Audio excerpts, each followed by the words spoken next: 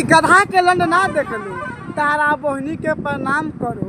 सुन तारा कि भोरे फेंके जात रही गोबरा आ काला कोबरा देखनी। तहार बहन जो बच गई गलती तारा गाड़ी में घुस जाए नू मुँह तो देबू भौजी पटा के नाम पेलक ना तनी बच गई काई कोबरा में बहुत भयंकर होकेला आ गलती से तारा देवरा के झोबा देखलू नू तो गलती से तारा देव लहंगा उठा के पेल दी तो का हुई। अपना देवर के काला कोबरा कहत तारू आ बताओ गलती से पटा के पेल दी तो का हुई। तारा पता बानू कि देवर के लोन कितना मोट रहेला, तारा भता से भी ज़्यादा मोट हुई सारवा के लोन काहे कि देखे में गलफुल्ला बा तो बच के रही है। दोबारा मत ये काला कोबरा देखनी पटक के पहली हक देबू तो का हाल बा भाई। आज हम फिर से प्लाई कैले बानी अंकित अकेला बुलेट राजा एंड धुरी चटवा चंदन चंचल की चंदन चंचल की। तो भाई आज की वीडियो बहुत गान फाड़ बा ऐसे कहल चाहता नहीं कि वीडियो को पूरा देखो बहुत मजा। तो वीडियो बना के बस एक ही मकसद बा, एक ही मकसद रहेला आप सभी को दिल से हंसाने के लिए, ना किसी को दिल को ठेस पहुँचाने के लिए। तो वीडियो को पूरा देखा देखला के बाद में भूल जाऊँ। तो बिना कोनो लाना रसून के आज का वीडियो स्टार्ट करते। देखो तारा भौजी भंसरी वाली कैसे मैं ढोरी पर ABCD लिखती है ये तार बहन चो। मतलब तू का चाहता हो कि पटा के पेल दी हक देबू, ऐसे ना कर हो।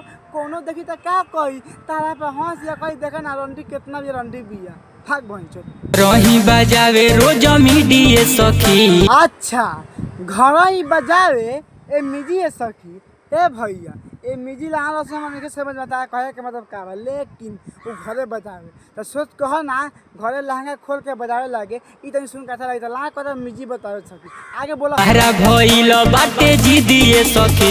अच्छा ई बात बा तहार देवर जिदी हो गल बा ए भौजी तो लाल पे ताकत अपना देवर के गाड़ी में पेल दाना लंड कि हक देव सारा जिदी हो बता नहीं भौजी कहते नहीं भाई लोगन कि देवर हो बा जिदी तो एक उपाय बा भौजी अपन चुच्ची नू मेरे गाड़ी में पेला भैया अपने से मान जाए पढ़े ढूंढिए लिखिए ABCD सखी। बारे तहरा बहनी के गाड़ी में गधा के लंड पेलो वाह बहुत अच्छा कि पहले ढोंढी पर देवरा ABCD राजा जी। अब देखो आजकल बहने देवर के सारा कॉपी कलम नहीं मिलत कि भौजी के ढोंढिए पर ABCD पढ़े लगता तहार बहन चो भौजी तहार देवर बानू संभाल के रखो सबके मत कह इतना पेलम नू हगबू कम आ मुतबू ज़्यादा।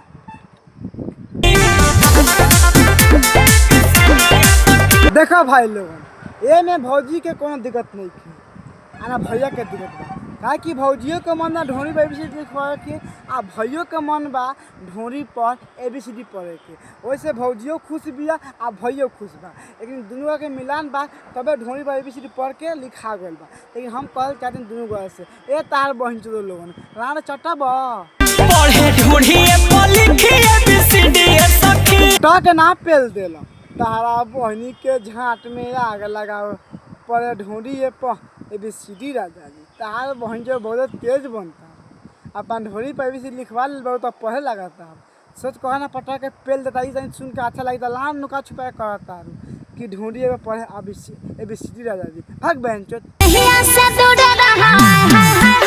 का बात करता रू दहिया से हमरा दूरे रह ना ना ना ना ना ई कभी नहीं हो सकल तहार देश से दूर काहे रही हो तहार बात चहल देवानी हमारा पहले के मन बा आ तू कह दो देश से दूर रह ई कभी नहीं हो सकल। हाँ अगर तू पटा के हमारे एक बार पेल ले दो तो देश का हम कहीं से दूर चल का कमर हिला के नाच ए सार तना ई लंड कहा था कमर हिला के नाच अक्सर तक कमरे हिला के नाच लंसन अपन दोनों को हाँ हाँ तू समझ सकता नहीं हम कमर या दोनों एकदम ऊपर के बानू यूँ हिला के नाचल लंसन लेकिन कमर का है तू कह के दोनों बॉल हिला के नाचा तब ना मजा आई तो लंड कहा था कमर हिला के नाचा आगे बोलो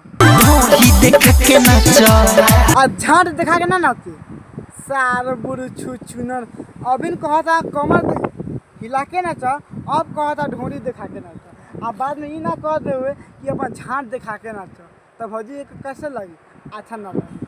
देखो भैया हम ताजे कहल चाहते हैं कि बहुत साफ सुथरा हमनी बिहान जाए आला बनी से दिल्ली, अब यानी पटना में। अब पटना में जब कुछ होता हम जाके दिल्ली ना जा पाए। ऐसे हम कहल चाहते नहीं भौजी कमर हिला के नाचे, चाहे गान हिला के नाचे, चाहे झाँट दिखा के नाचे, चाहे ऊपर के बॉल हिला के नाचे, वो से कौन दिक्कत नहीं कर। तू मत बोला तो भौजी मुँह पिए के पड़ी।